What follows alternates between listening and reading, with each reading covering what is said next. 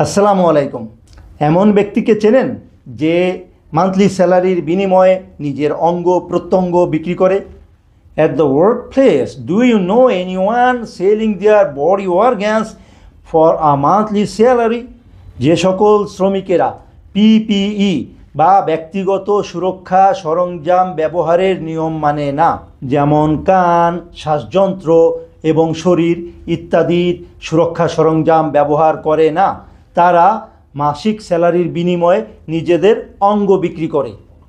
Workers who do not obey PPE requirements such as hearing protection, respiratory protection, body protection, etc. are selling their body organs for a monthly salary. শরীরের কোন অঙ্গ ক্ষতিগ্রস্ত হলে তার কোনো প্রতিকার নেই?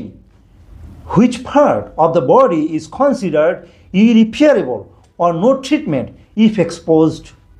শ্রবণযন্ত্র বা কান হলো শরীরের এমন এক অঙ্গ যা ক্ষতিগ্রস্ত হলে তার কোনো প্রতিকার নেই।